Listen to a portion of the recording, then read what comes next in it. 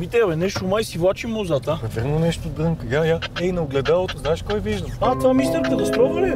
Ма да не ги изпревари.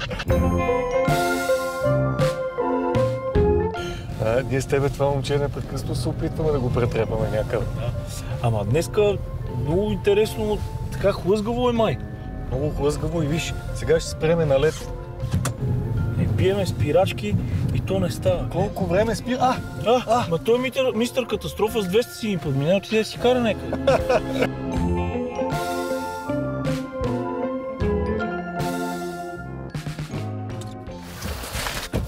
Аз мислех, че това е автомобилист, той бил скиор. Ма доцент Илиев, той мина с 200, аз не знам къде отива. Не мога да ти кажа. Сигурно още е пиян. Къде си я? Мистер Катастрофа. Какво ще прави днеска, мистер Катастрофа? Днеска явно ще се хлъзгаме. Какъв е епизода ми днеска? Най-важният, разбира се. Най-важният как? Той е най-важният, защото той е хлъзгав. Ще говорим за зимното шофиране. Всички проблеми, които имаме по време на каране при хлъзгави настилки. Айде,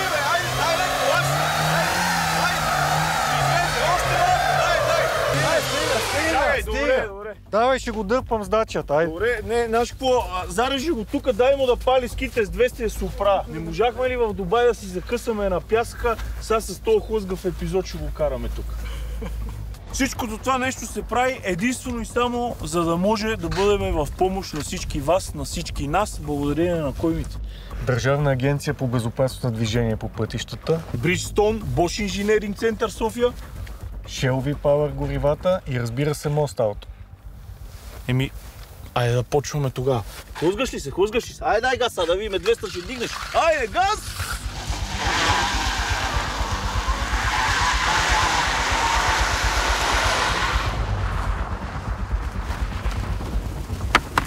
Преди да тръгнем с автомобила, какво трябва да направим? Освен да сипеме гориво. Много са нещата. Естествено ще започна с най-важното от всичко. Гумите.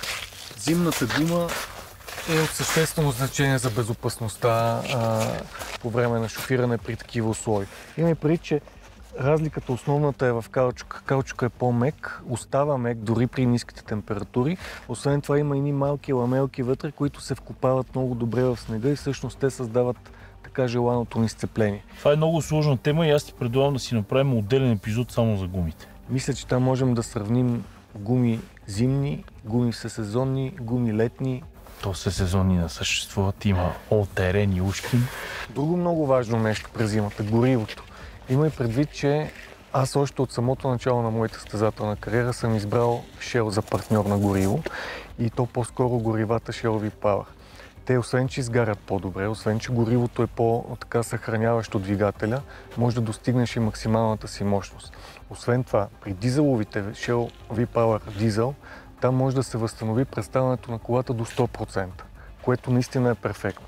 Обаче, искам да ти кажа още нещо. До ден днешен в моята академия използваме само това гориво, защото работим в екстремни условия. Ако обаче не сме се подготвили вътре в колата, както ние тук, и някъде имаме проблем през зимата, ще берем ядове, както се казва. Добре, какво е редно умите да има в един автомобил, като почне зимата? Имат автомобили, се продават зимен пакет, летен пакет, гумени стелки, това, но кое е редно да имаме в един автомобил? Най-важно винаги е да мислим за нашата лична безопасност. Тоест жилетките, светоотразителните трябва да са ни някъде под ръка, а не навряни отдолу при резервната гума. Защото първото трябва да ги сложим. Преди да излезем още от колата, с излизането трябва да сме облечени с жилетка. Тоест трябва да е някъде съвсем в джобовете на седалките, например. Другото много важно, започваме, почистваме нещо, с което трябва да си изчистиме стъклата. Това е проблем, който хората подценяват. Тръгват с едни огромни количества сняг. Едни танчета само изрезват така да вижда за напред и си кара. А че не се вижда в огледалата или в задното, не. Така, обаче това е проблем за другите шофьори, защото като падне целият този сняг от колата и затруднява тези отзад, може да замръзне и да ти щупи предното стъкло. Другото нещо, въже, зимни течности, вериги, лопатки, естествено всичките тия неща, като триъгълник, поражогасител и така нататък, аптечка. Тоест, не бива да подценяваме подготовката за зимата. Бих добавил още нещо, много важно, фенер. За зимата е хубаво да имаме някакъв фенер и то най-добре... Защото се стъмва още в 4 часа. Стъмва се и не. Най-добре е фенера да бъде от тези, които се зареждат в запалката, защото пък иначе от студеното време им падат батериите на фенерчетата. Има някои модерни автомобили, които си имат в самия калник фенер. Много яко. Добре, тук всъщност може да се окаже, че само едно въже, което имаме и трябва да ни е хубаво да не пестиме от него, може като се навлезе в една преспичка, само някой да ни закачи и да ни дръпне. Като неме въже, че почваме да ръкомахаме, ма ева бутни, това май не става. И се молим, и висим, и в крайна сметка истината е, че човек, поне за алпинистите така се говори, няма лошо време, има неподготвен човек за алпинист. Нали? И същото и за автомобилист. След като сме подготвили колата отвътре, после ни трябва тръгване.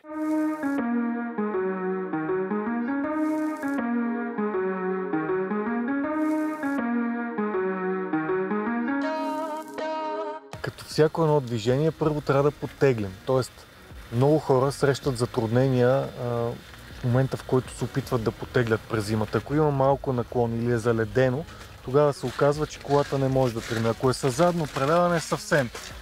Опитай мистер Катастрофа да потеглиш. Буксува, ти си седи на едно място. Ама това е, защото е със задно. Не е за това. Просто много хора дават газ, много газ, подават, няма да стане. Има един трик, който сега ще се опитаме да покажем. Добре, ама нали хората казват, че тая с предното била малко по-проходима от тая с задното. Тук сега пък, ако има шпер, ако се почне с тия нашите подобрения, ако е заварен диференциала, ако имаме СП, какво ще се случи? Тук имаме предно и аз мисля, че сега тя ще тръгне според мене, защото BMW-то не може, но дачата според мене ще тръгне. Виж колко е малък наклона. Наклона почти не се Съвсем ниче, тук няма наклон. Палиме колата и си тръгваме. Сега предно ще виж, че ще тръгне. Ако аз сега се опитам да потегля с газ, има голям риск да не успея да потегля. Виж какво става. Така се тръгва нормално. И край. Еми дай малко газ, Ама дай малко газ, тя ще тръгне. Ето, колкото и газ да давам, няма никакво значение. А задното? Задното също. Значи си буксувате. Ами, да, Ма чакай, защо слизаш от колата? Защото тя няма къде да отиде. Тя в момента си буксува. Ами буксува си, няма шофьор. Ръчната не е дръпната, ако може да се провери ръчната вътре. Да, няма ръчна спирачка. Няма ръчна спирачка, но има един начин, по който хората могат да го решат този проблем. И сега ще се опитам да го покажа. Вече където е буксувала гумата, там е станал страшен лед и колкото и да се мъчим, няма да може да потеглим. Затова излизаме назад. Но много бавно и плавно. Плавно и бавно от следата, от която сме били. Защото виж, сега... Да, то е направило уличе. Ами направило, освен това уличе толкова много е замръзнало, че ние тук вече нямаме шанс. Ало, то е напълно полирано. Да, абсолютен гладък. Той тук е лед, но там вече абсолютно нямаме шансове. Затова начинът, по който трябва да се опитаме да тръгваме е следния.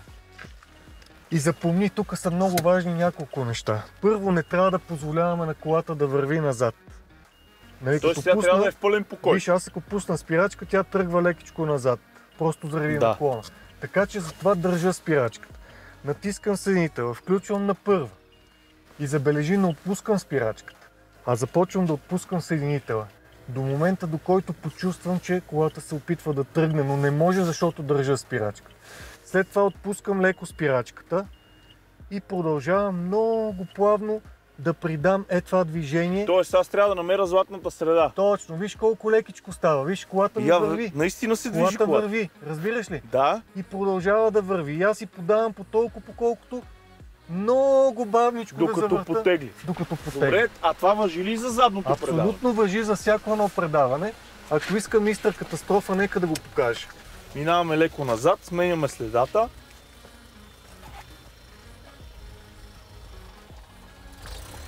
Да, и излезна от дупка. Излезна. Така че не е толкова страшно дали е предно или задно. Просто трябва да намерим най-лекия възможен начин да завъртиме колелото, за да не избуксува. А ако си пусне тогава Traction Control, няма ли да е по-лесно?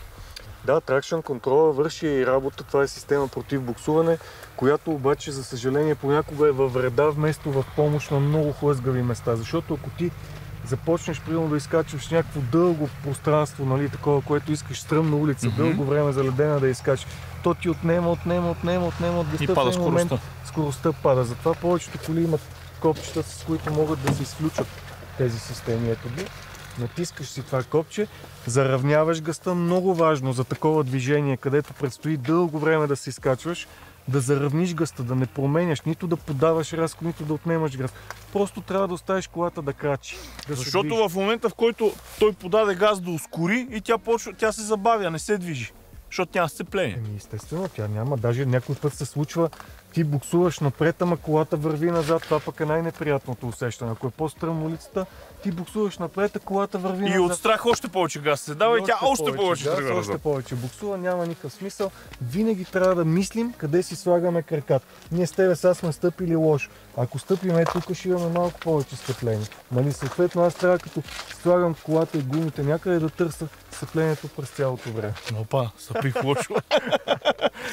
Сега, обаче да видим при 4x4, защото има ли 4x4 излита? Там вече нещата са много в полза на 4x4 автомобилите. Те тръгват наистина по-леко. Много по-леко, без такива проблеми. Колкото и да е зле, каквото и да е, горе-долу те могат да тръгнат почти навсякъде. Искам да си направим експеримент. Аз ще му кажа на мистер Катастрофа, тръгне с цялата газ от место, да видим дали пак не е за Тук е такъв лед, че може и това да стане, но не вярвам. Мисля, че ще тръгне кола. Айде да опитаме.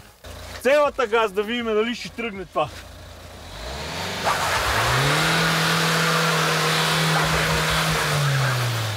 Да, тръгва определено. И тръгва. Ако трябва да тръгне нормално, определено ще тръгне. Когато задвижването идва от 4-те точки, е винаги в пъти по-добро. Защото и предните дърпат, и задните дърпат. Обаче аз съм сигурен, че ако е по-голям наклон и е много замръзнал, пак ще се парзае. Така е, наистина е така и отново пак има неща, които могат да станат и неща, които не могат да станат. Примерно, най-често задавания ми въпрос е какво да правим на лед. И аз гледам и се чуда как да отговоря. Има улици в София, които като замръзнат, аз никога не бих тръгнал по тях. Не за друго, защото като стане такъв лед, както е тук, и като улицата е с такъв наклон, какво можеш да направиш там? Ти там не можеш нищо да направиш. Трябва да бъдеш плавен. Не, единственото, което трябва да направиш е да не тръгваш по тази улица. Нали? Вече има неща, да, когато наклона е малък, когато примерно е шарено там в коловозите е заледено, извън коловозите не е заледено. Нашата задача, докато караме колите, е винаги да търсим сцеплението. Избираме къде има най-много сцепление, грип, ама не това птичия грип, а другия грип. Излизаме и търсиме, караме там, където има грип. Разбираш? Малко, където има по-добре пясък или е почва кълесто, да се мине там държи повече. Не да пазим гумите, защото не е гладко и да минем по гладкото. Разбрах. Гумите са много важни, изключително важни, дори за 4x4. Гумите са наистина последното нещо, което допираме на пътя. И те трябва да бъдат наистина перфектни състояния, хубави, здрави, с добро сцепление.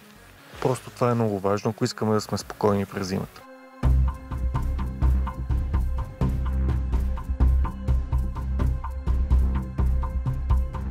Доцент Илиев, искам да попитам обаче, има ли друга техника за излизане от преспа? Защото видяхме как става на лед плавно, ами ако е по-дълбок снега, как ще станат нещата? Има един начин, има един пенис, както ти обичаш да се изразяваш, с който може да си помогнем за това нещо и то е с ефекта на махалото. За съжаление, при автоматичните скоростни кутии няма как да се направи, но с ръчните скорости е доста лесно. В момента съм затънал с колата съвсем умишлено и ще ти покажа как точно става. Ако сега се опитвам да върва напред, не става. Ето, виж, колата не мога да излезе. Буксувай. Обаче, ако направя така лекичко, да я лашна. Да я лашна, да я засила. Тоест, натискаш съединителя. Оп, и всеко следваща засилка става по-голяма. Разбираш ли? Тогава излизането е почти гарантирано. Идеята обаче е да хванем този мах, това, нали, ритъма на това махало, за да може да го използваме в нашия. Малко като язdeне на конче ми се струва нещата. Ами пенделум ефект се казва. Тоест трябва да имаме усет. Трябва да имаме усет. Ще направя ново затъване. Ето тук сега. Ако колата тръгне и аз продължавам така да си правя, никога няма да излезе. И малко ще се получи ефекта като преди малко. Ще го заледим. И край. Дори няма да стане и плавно вече. Ето, виж сега как използвам мах. Видиш ли? А вътре трябва ли и ние да се махнем с автомобила? Да помагаме допълнително. Да усетиме момента, хоп и сега ще излезне вече. Нали? Да. Малко техника и малко пенис и малко усет и нещата стават. И малко помощ от шофьорите вътре. Ако не, тъщата ще бута.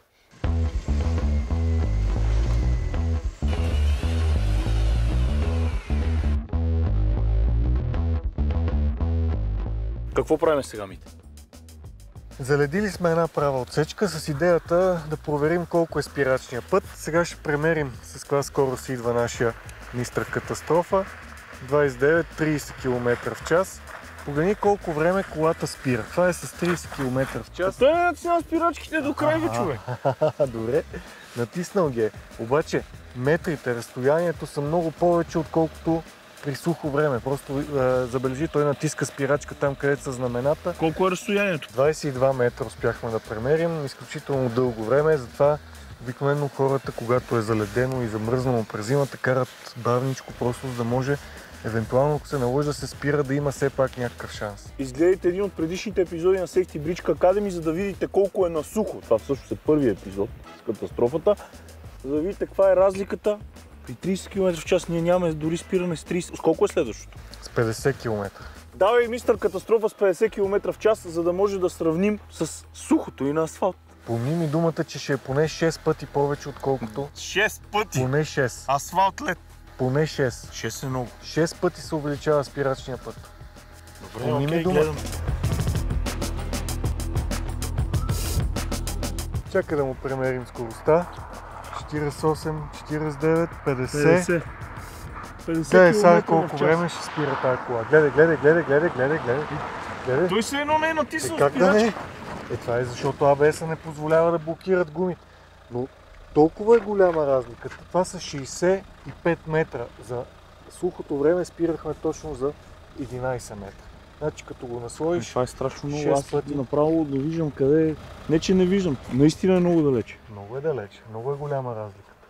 И точно за това разликата между това да караме на сухо, на мокро, на снежно, на лед, на аквапланинг. Аквапланинга ще направим специален епизод, защото това е най-лошото нещо, което може да ни се случи.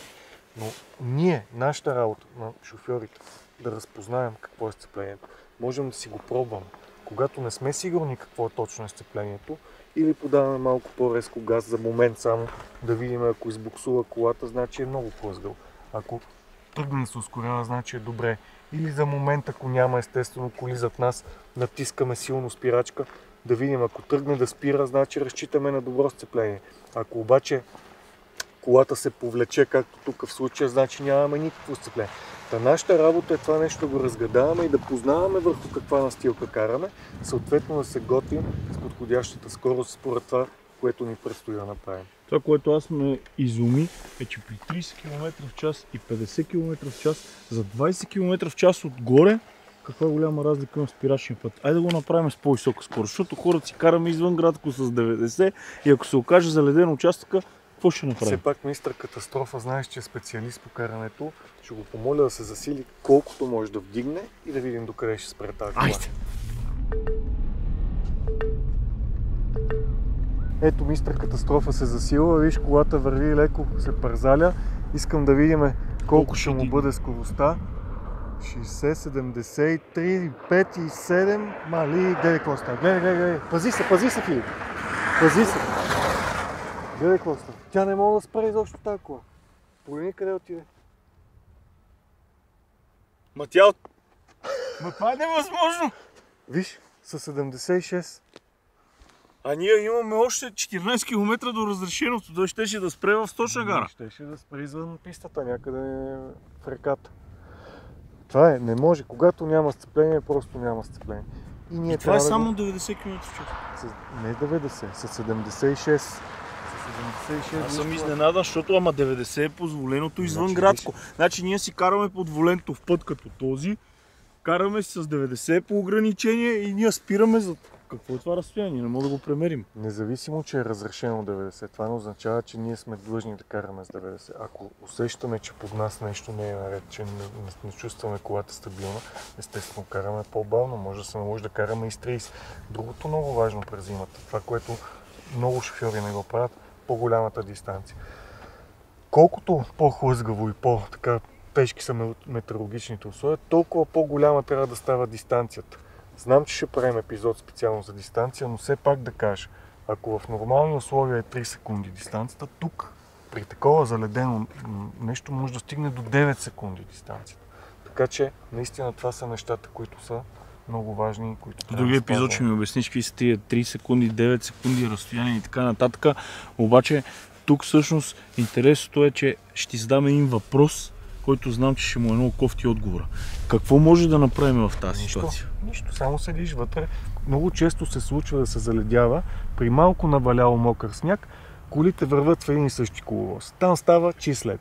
Ако видиш, че там не спираш, веднага излизаш от коловоза и търсиш сцепление на другото. И където е по-пухкав снега, ще държи повече. Търсиш сцеплението. Това обаче е ролята на очите и ние трябва винаги да си правим пътя така, че да можем да имаме контрол над това. Айде да видим сега следващия тест. Айде.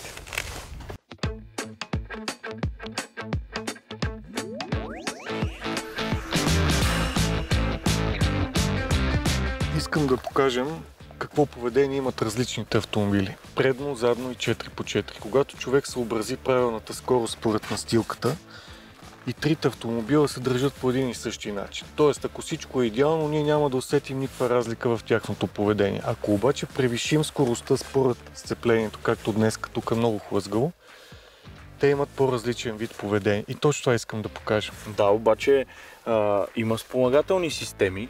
Даже скоро имаха рожден ден, 25 години ЕСП. Знаеш ли всъщност, че ЕСП и АБС това е разработка между едни от най-големите фирми в света и това е Bosch, разбира се, и Daimler. Точно така и даже миналата година са празнували 25 години ESP.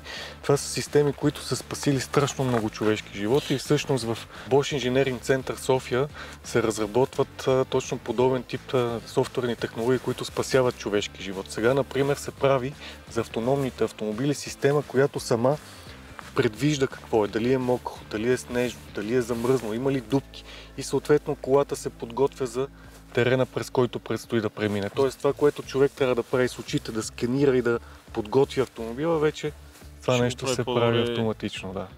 Интересното е, че много хора дори не разбират, че системата им помага и те си казват, аз си зави без никакъв проблем. Да, само че системите са сработили, не означава, че като ти е светнала лампа, системата не работи. И ABS-а, разбира се, може да ти е помогнал, ESP-то също. Но това не прави колата неприкосновена. Сега ще видим какво ще се случи. Ще изпусне ли? Ще изпусне, когато не съобрази скоростта. Центробежните сили я тласкат навън. Колкото и да има системи в една кола, най-важно е да съобразим според настилката. Тук, както виждаш, е абсолютно снежно и заледено. И в крайна сметка, ако сега мистер Катастрофа не си съобрази скоростта, която тук трябва да е някъде около 25 максимум км в час за този завой, а мине примерно с 30, неговата кола или ще не дозавие, или ще презавие. А това е голям проблем, защото абсолютно всички ние хората си караме по ограничение. Що ме 50, даже караме и малко 50 отгоре, а тук тая настилка е най-лошата, защото хем има сняг, който леко задържа, хем има и лед. Точно така, смесена настилка. Какъв е първи експеримент?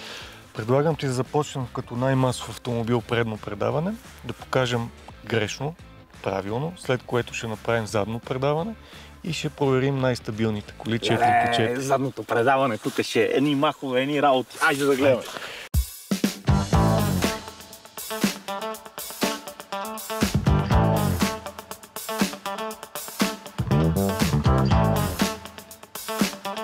Сега идва автомобила и скоростта е неподходяща. Тя е по-висока, отколкото може да понесе това сцепление. Естествено, това, което се получи, мистер Катастрофа ще навие волана.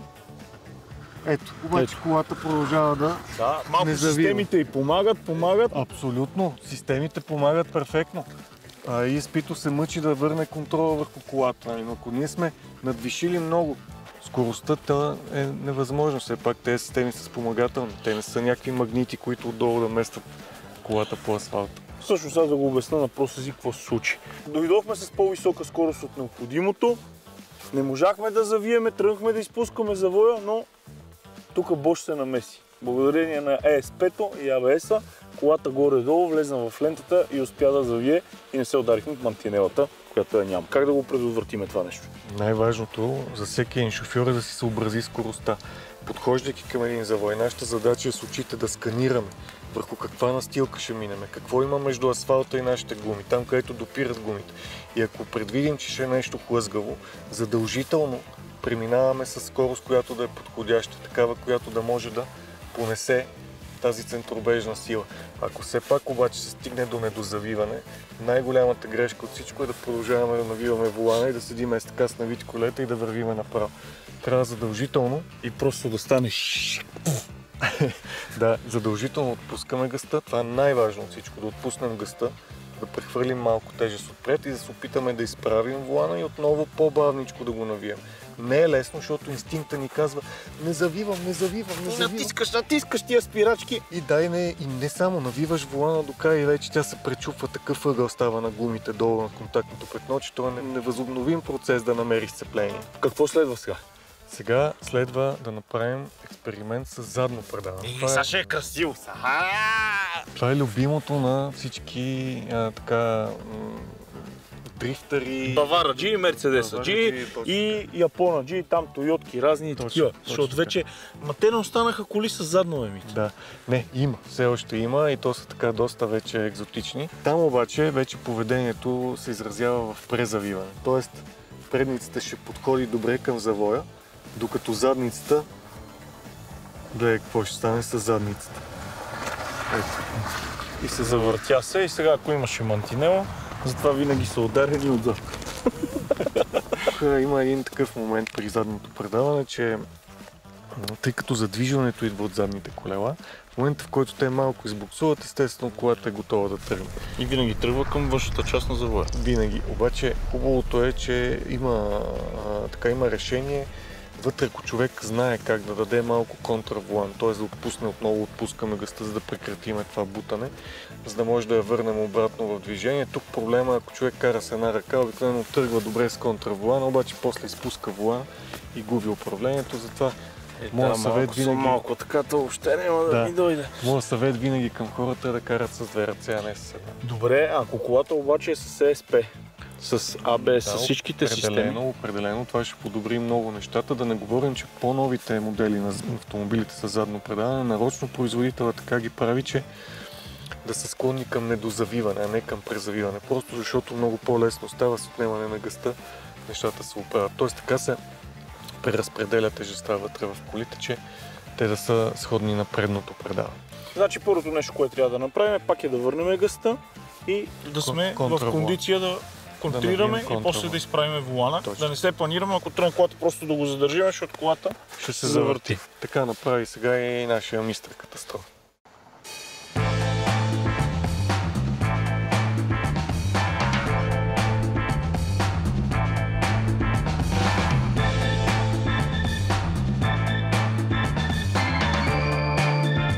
Сега идва 4 по 4-то, добре стартира. Какво ще се случи сега? Предполагам, че ще не дозави. Обикновено колите 4 по 4, когато човек превиши скоростта според радиуса и сцеплението, се получава... Да, ето виж как бута предницата. Леко мантинелата, обаче продължи. Мистер катастрофа вътре отне гъста, направи го както трябва и ние да го правим, ако ни се случи на пътя. Тоест усетим ли, че колата не дозавива, отнемаме гъста, леко изправяме и пак навиваме и даваме шанс на колата да завием. Вече след като излезем от завоя. Ако не сме пипнали мантинелата.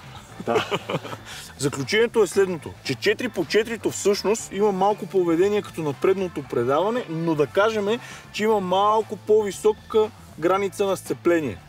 Тоест може малко по-бързо да влеземе, но да не си мислиме, че колите са извънземни и могат да завият във всеки условия, както си пожелаваме.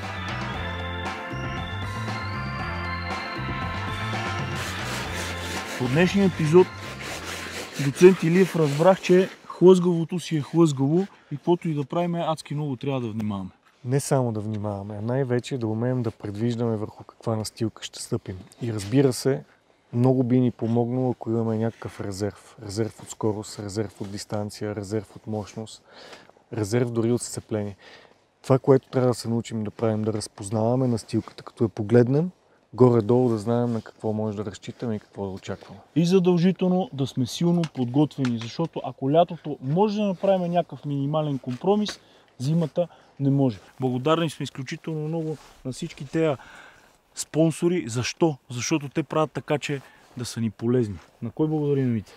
Държавна агенция по безопасност на движение по пътищата, гумите Bridgestone, Bosch Engineering Center София, горивата Shell V-Power и разбира се Most Auto. Харесвайте ни, лайквайте ни, шервайте ни, bridgka.com, Facebook, Instagram, Safety Bridgka Academy, задължително гледайте, за да ни спаси живота. Можеш ли да го оцелиш? И не знам, ще пробвам. Дръж малко! Много застрелях. Гледайте следващия епизод да видим какво предизвикателство сме му приготвили на мистер Катастрофа. Айде. Втори епизод пак седи на земята. Докато не го умориме, няма да го оставим. Не свършва, това не припада.